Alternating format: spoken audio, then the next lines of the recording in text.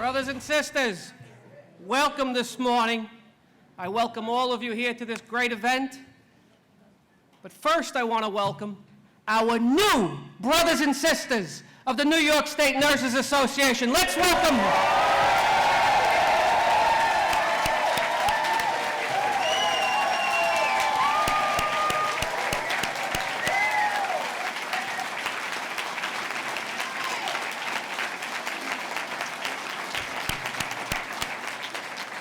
Welcome to the family. Welcome to the largest, the strongest, the most successful statewide labor movement in this country, brothers and sisters. Welcome and congratulations, because we all know that this was not an easy fight. There were a lot of challenges and there were a lot of obstacles. But at the end of the day, you showed the courage of your convictions to fight for what you believe to be right and just and true. And what is right and just and true is you have now given yourself a voice in the workplace, and you have given yourself and your families a voice for your own future. Let's hear it one more time. Congratulations.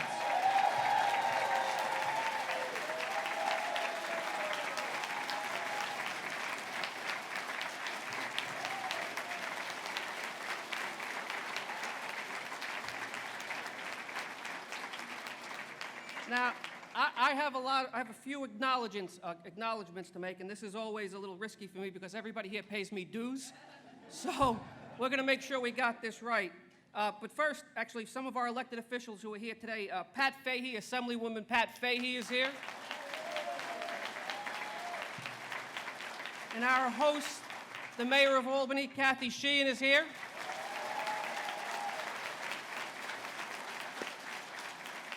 We have, as she's already been acknowledged, my great friend, the Executive Director of NYSNA, Jill Furillo.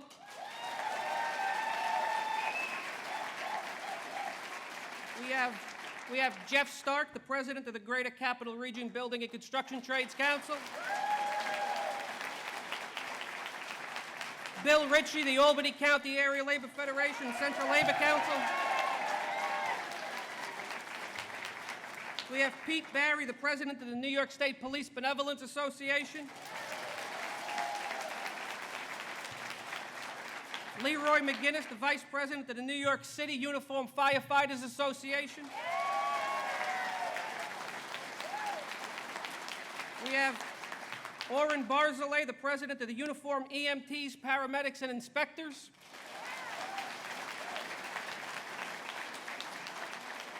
We have Sam Frisina, the President of the New York State Professional Firefighters Association.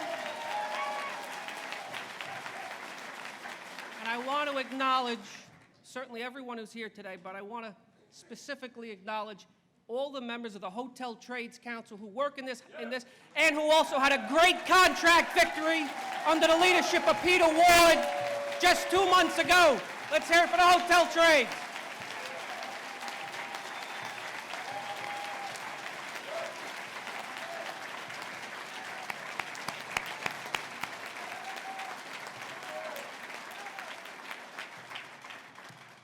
Now, we're joined by someone else on stage, and I'm going to get to him in a minute. You know who he is.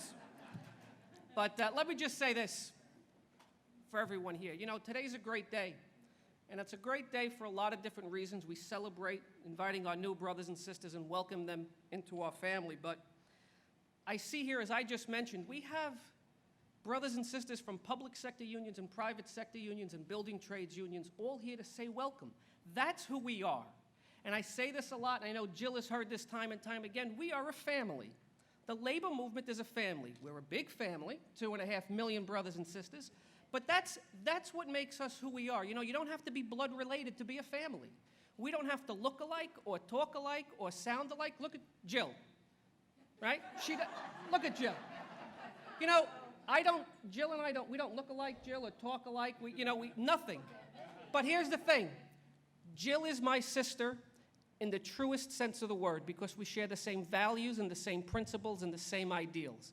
You see, that's what a family is. A family is a group of people who come together, who care about one another, who help one another, who support one another, and who pick each other up when one of us falls down. And as you're going to see soon, to my new brothers and sisters, when you pick on one of us, you have to deal with all of us. That's a family.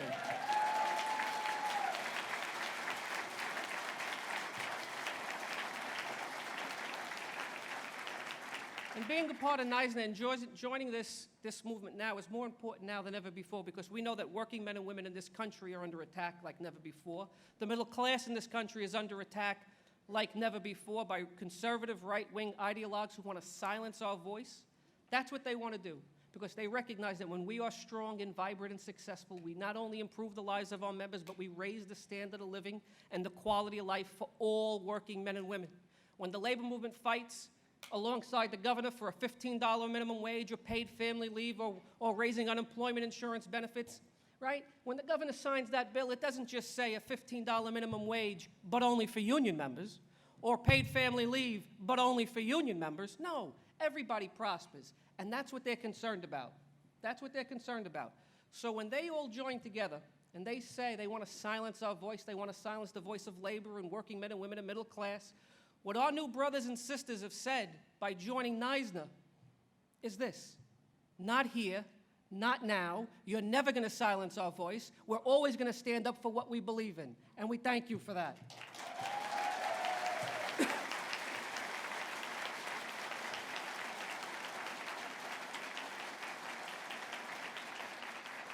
Now, moving forward, just remember now, as you go through this first contract negotiation, I want to be very clear about this, and I've spoken to Jill about this. As you go through it, you will now have all of the support of your 2.5 million brothers and sisters from the public sector and private sector and building trades, upstate, mid-state, downstate, from Buffalo to Brooklyn to Long Island and everywhere in between. Every single step of the way, side by side and shoulder to shoulder. If you need anything, all of the resources the state AFL-CIO are at your disposal. If Jill calls, if she emails, if she texts, we are one call or email or text away from everything that you need on behalf of everyone in this state. And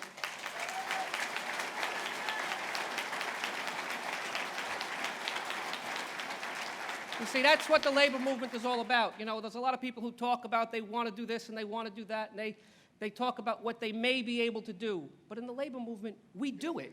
We don't just say it, we do it. We just don't hope we succeed. We saw it with the Constitutional Convention. Everyone worked together, public sector, private sector, building trades, Buffalo to Long Island, everywhere. And what happened? 83% of the vote. 83% of the vote. Union members voted at 87%. Why? Because we know how to talk to each other. We communicate. As you see here today, public sector, private sector, and building trades, we talk to each other. We go knock on doors. We call each other. That's what this movement is. That's our strength. It's not about money. It's not about people who say they're going to do things. It is about getting out into the streets, supporting one another, supporting each other at our rallies, in our picket lines, like we were able to do here with our brothers and sisters of the Hotel Trades Council, and they got a fantastic contract because of it. As we're going to do, if we have to, with our new brothers and sisters in NYSNA. If you need us, we will be in the streets. That's what. Our opponents and our adversaries always outspend us. They always do, 10 to 1, 20 to 1, legislative campaigns, political campaigns. But what makes the difference, the reason why we're so successful, is because we have 2.5 million members who are willing to speak with one voice on one agenda. And that's why we're successful.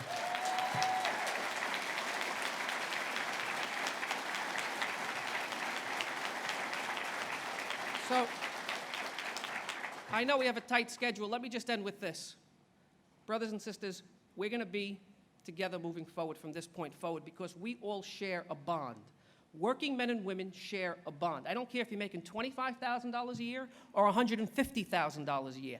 Every single working person who gets up in the morning shares a bond, regardless of who you are or where you're from, regardless of what your job title is, regardless of what your sector is, regardless if you were born in this country or not, or whether your parents were born in this country or not, regardless of the color of your skin or the religion that you practice. We all have a bond.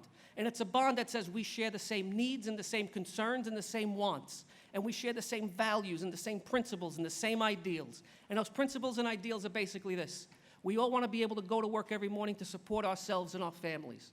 We all want to be part of the economic engine that runs this state and runs this country. And we all want to be productive members of society. That's what we want.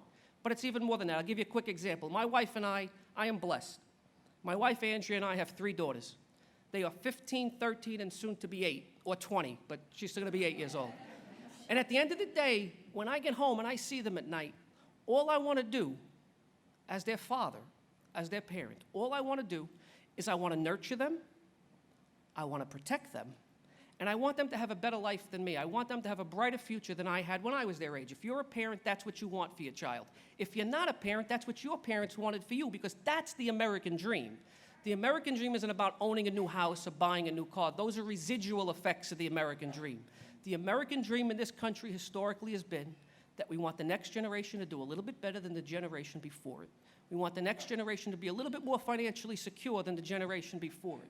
And we want the next generation to have a brighter future than the generation before it. And the point is this, with all of us here, 2.5 million strong, when we stand together and join together and fight together and raise our voices together collectively, brothers and sisters, we have the power to deliver that American dream to our children and our grandchildren and a generation after that and a generation after that.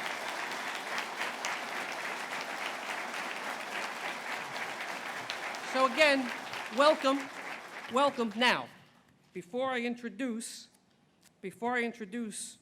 our next speaker, let me just mention something about the gentleman sitting on this stage. Let me just talk to you for a moment about Andrew Cuomo, Governor Cuomo. You know, as I said, this was a very difficult challenge that you had here. So Governor Cuomo had a couple of options, right? He could have turned around, he could have walked away, he could have made believe nothing happened and nothing was going on. He could have taken a look at the situation, stood on the sidelines and said, no, I'm not going to do much on this one. Or he could have done what he did, which was he got involved. And he said, I see a possible injustice here. He says, I see there's a possibility that working men and women aren't going to have a choice on whether or not to join a union. See, here's the thing. Whether you voted for the union or not, and we know everyone in this room did, but whether you voted for the union or not, everybody has the right to choose for themselves whether or not they want to be part of that union, whether they want to have a voice.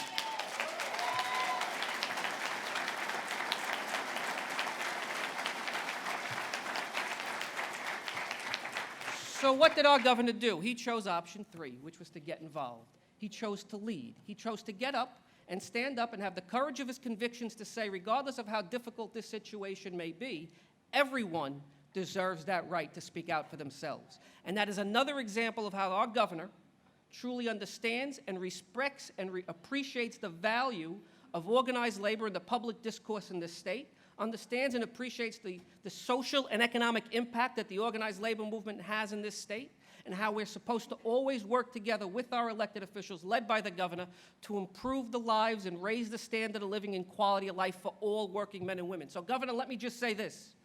On behalf of our 2.5 million brothers and sisters in this state who live and work in every single zip code throughout this state, we say collectively thank you. We thank you for your leadership, you know, because there are a lot of people who talk about things. They talk about it. They sort of hope that something gets done. They have a thought or an idea that maybe something is going to work. Maybe I should get involved. Let me throw a trial balloon out there. Let me talk about things that the governor's already accomplished that maybe we could be able to do. Now, Andrew Cuomo stands up for what he believes in. That is leadership. Leadership is not hoping and wishing and praying and wishing upon a star. Leadership, my parents taught me, is through deed and action. Governor, you again showed deed and action, and we thank you for that.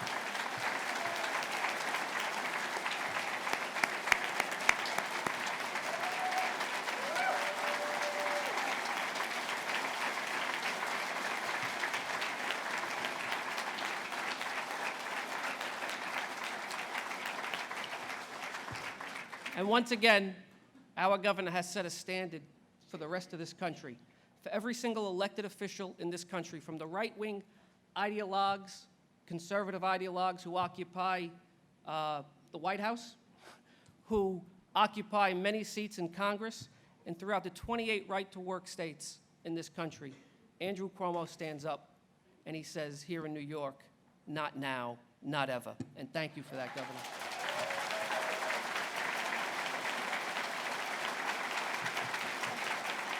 So, with that, I am very honored and pleased to introduce our first speaker. Let me just say something about Jill Furillo. She is my sister, and I've gotten to know her, I think, Jill, pretty well these last few years, and I'm proud of that. And all the work that was done on the Constitutional Convention, NYSNA was a very, very big part of that, knocking on doors, going out there, speaking to their members. she is a leader who she leads through her intellect, by her heart, and through her passion. That is the epitome of what a leader is. You know, a leader is someone who cares about the people they represent. A leader is someone who is dedicated and committed to a cause. A leader is someone who is passionate about what they believe in. But a great leader inspires you. A great leader inspires you to be more active than you ever thought you would be. A great leader inspires you to be part of something bigger than yourself. A great leader inspires you to fight harder for your brothers and sisters than you would for your own self. Jill Furillo is that inspirational leader. And Jill, we are a stronger, more vibrant, more successful movement because of everything that you do each and every day on behalf of your members and on behalf of this movement. Brothers and sisters, let's hear it for the Executive Director of NYSNA, Jill Furillo.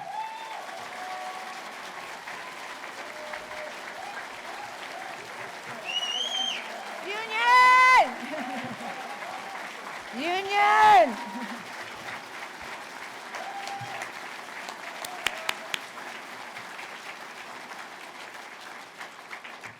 Thank you so much, Mario, for your kind words. It's not Jill Furillo. It's really, truly the New York State Nurses Association and all of our 40,000, or should I say 42,300 new members of NYSNA from Albany Medical Center. Our newest members. Welcome to the NYSNA family. Welcome to the labor family. And of course, our members have leaders, and we have our board of directors who lead our association every day. They're the ones that make it possible for us to do the kind of things like organizing Albany Medical Center. It's our board of directors. And in the front row, they're sitting here. Stand up. We have 4 representatives from our board. Our treasurer, Pat Kane. Our second vice president, Anthony Ciampa. Jane Camisa, Westchester Medical Center. Nancy Hagens, Maimonides Medical Center. They're the ones that make it possible for us to have these kind of victories to make us stronger. This is such an exciting day for the nurses at Albany Med, for nurses across the state, and for the labor movement in the state of New York, but also in this country. I can't tell you how many people I have heard from around the country, and I know you have too. All of us have heard through the social media networks that we have how excited everybody was for this victory. We want to now give so much support, and we want to give so much thanks to all of the people who helped us. And we know that there is no way that we could have won this without the support and the strong support from all the unions that are in this room today. Please stand up, brothers and sisters from the labor movement.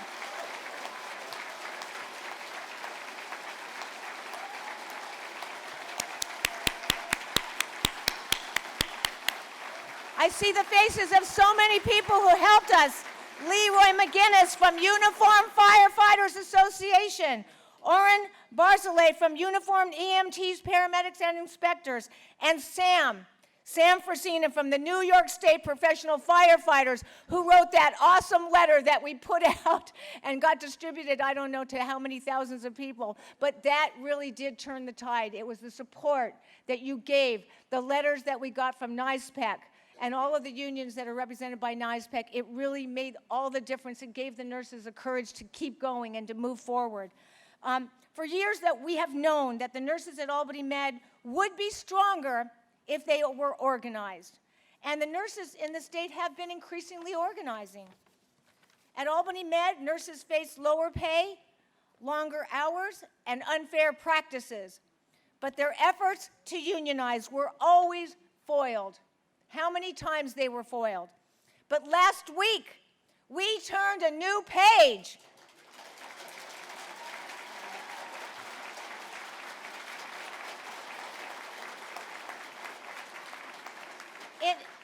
In a remarkable victory, these registered nurses at Albany Medical Center overwhelmingly voted to join the New York State Nurses Association.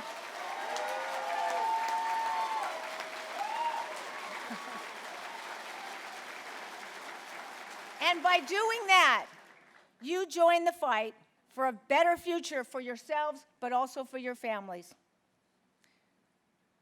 So on behalf of our association, we say welcome to our family and welcome to the family of labor.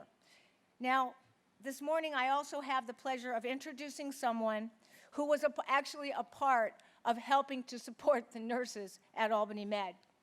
And he's a person who has been a national champion for labor and a champion for our nurses since day one, and that's Governor Andrew Cuomo.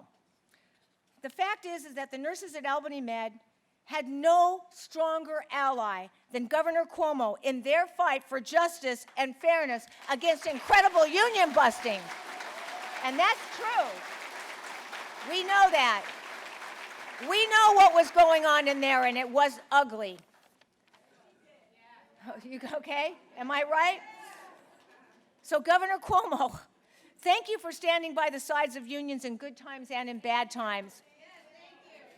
You have fought. Thank you.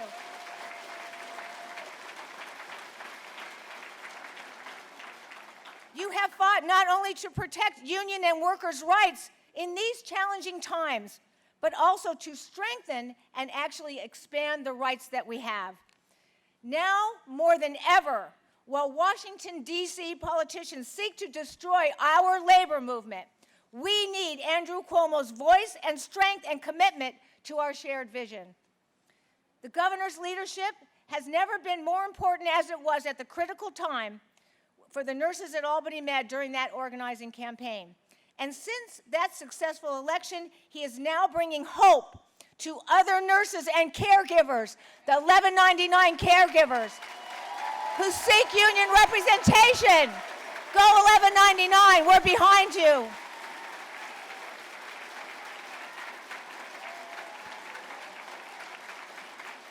Governor Cuomo has sent the strongest message to all employers that he will not tolerate any attack on their constitutional and legal right to organize, and they must immediately implement safe staffing to ensure quality care.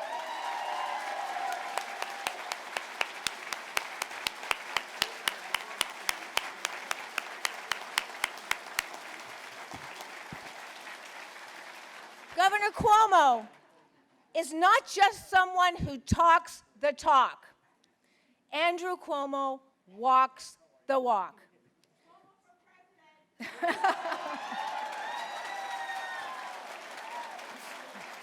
If only. Okay. When he gives you his word, you know it's done. He doesn't just say he supports workers and progressive policies. He actually stands with unions, and this governor actually accomplishes real change.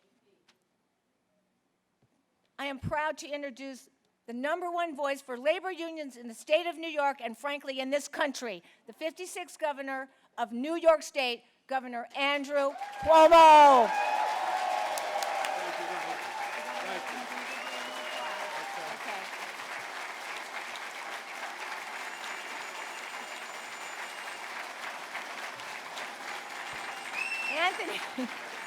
Anthony, come here. Anthony, okay. Okay, the shirt. Give him the shirt.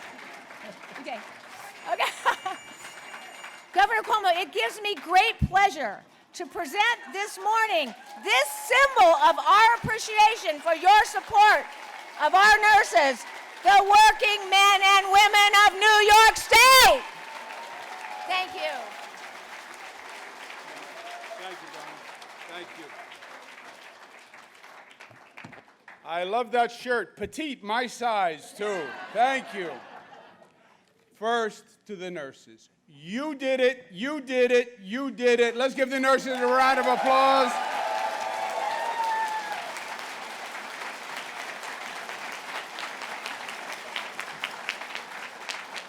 Congratulations, you have energized the entire state. You've energized the labor movement all across the nation. It was a tough fight. It was an uphill battle, but labor came together, and when labor comes together, labor wins, and you led the way. Congratulations.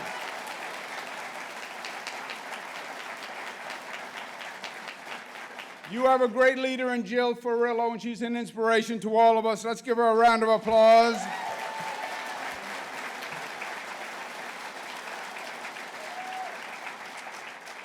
And Mario Salento, I've worked with a lot of labor leaders. I go back to 1982, a fellow named Mario Cuomo. You remember Mario Cuomo? Mario Cuomo became governor of New York because of the labor movement, period. There was no other reason. So I've worked with every labor leader since. But Mario is special. You know, when you have a family of 2.5 million members, you also have a headache. That is a big family. Just imagine how you plan Thanksgiving with 2.5 million members. How you plan Christmas. You have a lot of different opinions. And for many years, the labor movement was not as united as it could have been. You have a lot of different interests. You have upstate, you have downstate, you have public, you have private. But what a great leader does is he or she touches people to rise above their own individual interest to the greater interest. And what Mario Salento has done is he has brought the labor movement together across this state to speak with one voice. That's what the Constitutional Convention 83% vote was all about. Public, private, upstate, downstate, labor first. That's what Mario has done, and that is great leadership. Let's give him a big round of applause.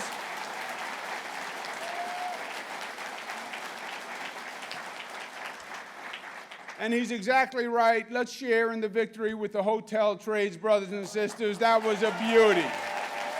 That was a beauty.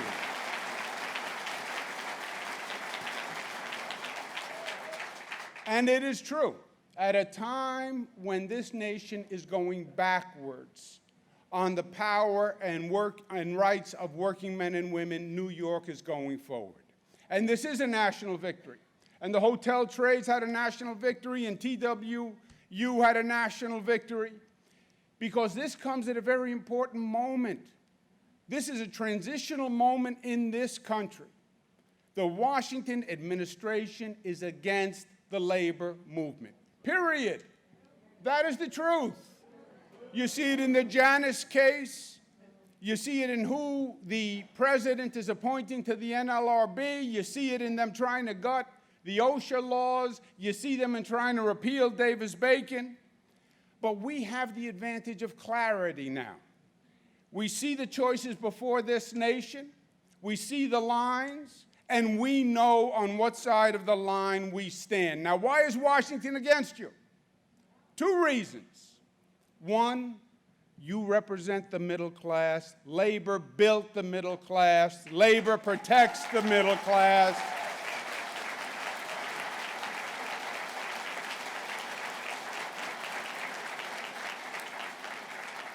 You represent working men and women. And the Washington administration represents corporate interests. And that is the fight. Your gains, they see as corporate losses.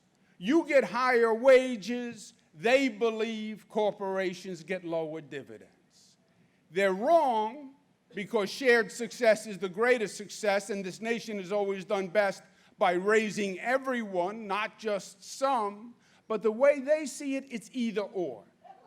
Either the working families do well, or corporate management does well, and they're with corporate management. That's why they're against you. Collective bargaining empowers the workers. They don't want the workers empowered. You protect the working families, 40-hour work week, safety regulations, pension rights, disability rights, retirement rights. They don't want those rights defended. And that's why they are against what you are doing. Now, why shouldn't it be enough that a CEO is now making 300 times what an average worker is making? It's not enough for them. They want one thing: more. More, more, more, and they'll never get enough. It's not enough that they gave the corporations a 40% tax break. That's who they are. And they have shown themselves for who they are. and they are the enemy of the working families of this country, and you are their champion.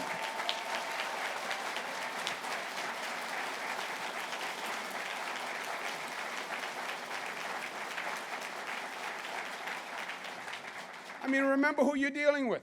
This is a president who had a TV show that became a success because he loved to say two words: "You're fired." That's who this president is, and that's who he's always been. They don't respect the dignity of work.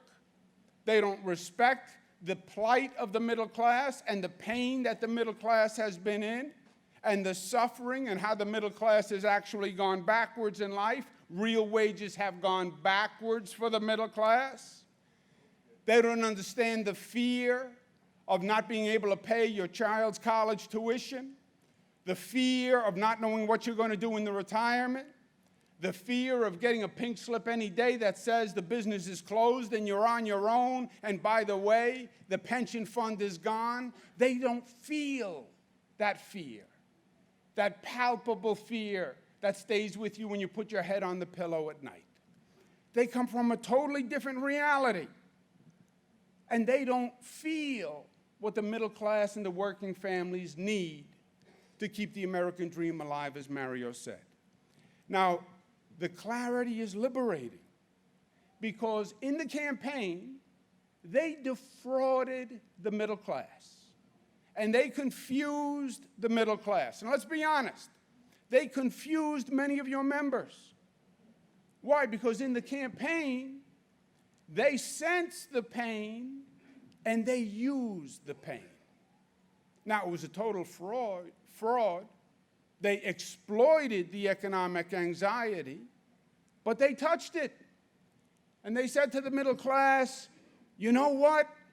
I feel your pain. I sense your anxiety. I'm going to make everything okay because I'm going to take America back to the good old days. We're going to bring back the jobs from overseas. We're going to reopen the steel mills. We're going to reopen the plants. I understand your anguish, and we are the solution. And they confuse the middle class, because when your pain is that deep, you want to believe. They were selling a pure fantasy. There is no economy that goes backwards. The economy only goes forwards. You were never going to bring back those jobs and open up the old plant. That was never going to happen. But when the reality is so painful, you will believe the fantasy, because you need to believe the fantasy. And the pain for the working families was that deep that they wanted to believe the fantasy. And they knew how to sell. They knew how to use the TV to sell. Reminds me of that late night TV commercial, when you're laying there in the bed and that commercial comes on. One pill. One pill. Solve all your problems. One pill cures chronic back pain. One pill will make you feel 21 years old again. One pill burns belly fat. Buy one bottle, get 5 bottles free. When it sounds too good to be true. It is too good to be true. But they defrauded the middle class and they defrauded the working families, and now they have been exposed for the fraud they are. Look at the first thing.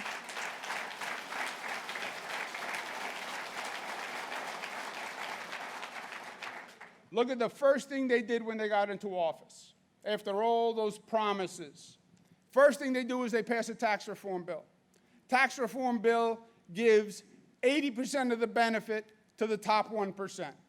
Tax reform bill gives New York a black eye as political retaliation for not supporting the president with their SALT deduction, where we can't deduct property taxes and income taxes.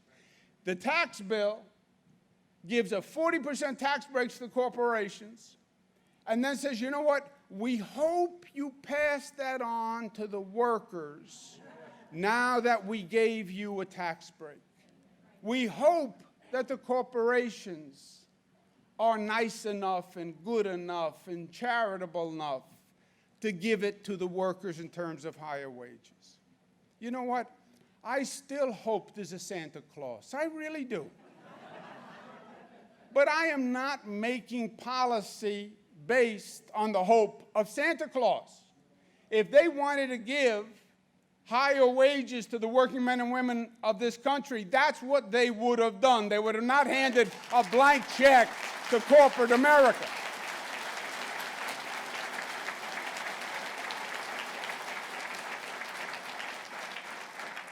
The second reason, these extreme conservatives in Washington are your enemy is because not only do you represent the middle class and the working families, you are the progressive movement of this nation. And they are extreme conservatives. And they are against everything we believe. The union movement started the civil rights movement in this country. And you've been the progressive engine ever since. You fight for civil rights, they're against them. You fight to protect a woman's right to choose, and they're against it. You fight to raise the minimum wage, and they're against it. You are pro-immigrant, and they're against it.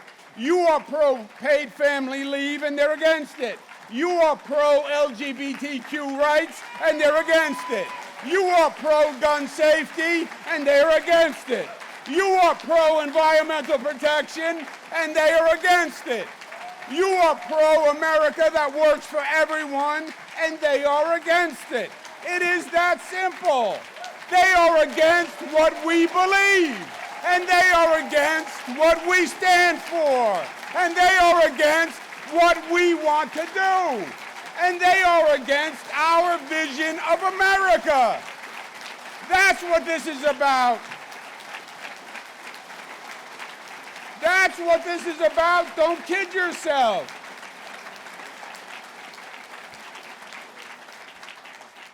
There is no gray here, my friends.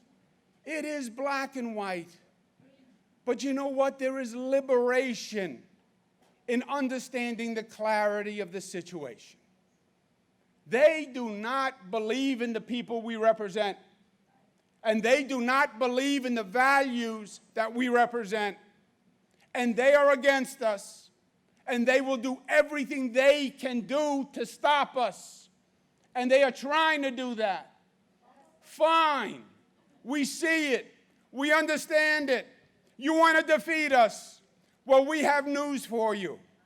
Many people have come to defeat us in the past. This is not the first time it's been working men and women against corporate greed. It's the old story of America.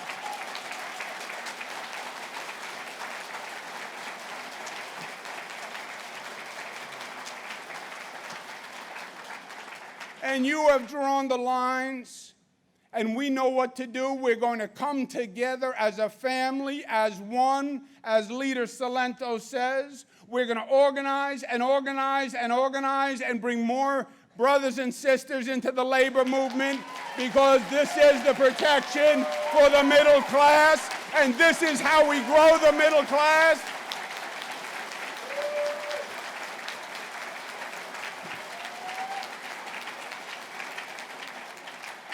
We're going to grow our working families, and then we are going to mobilize, and we are going to mobilize and mobilize for this November like they have never seen before. We're going to come out.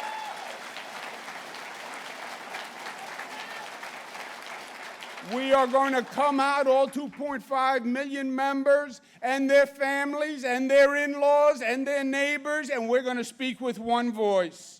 And we're going to start by taking back the House and stopping this extreme conservative freight train in Washington.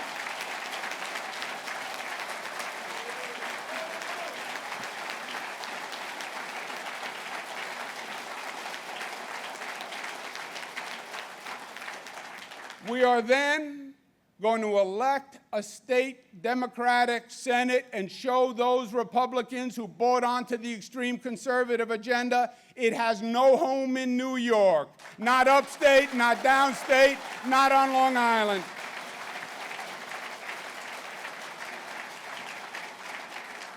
What we're going to do together is make New York State the home of the rise of the resistance. We're going to show this nation the alternative to Trump's America.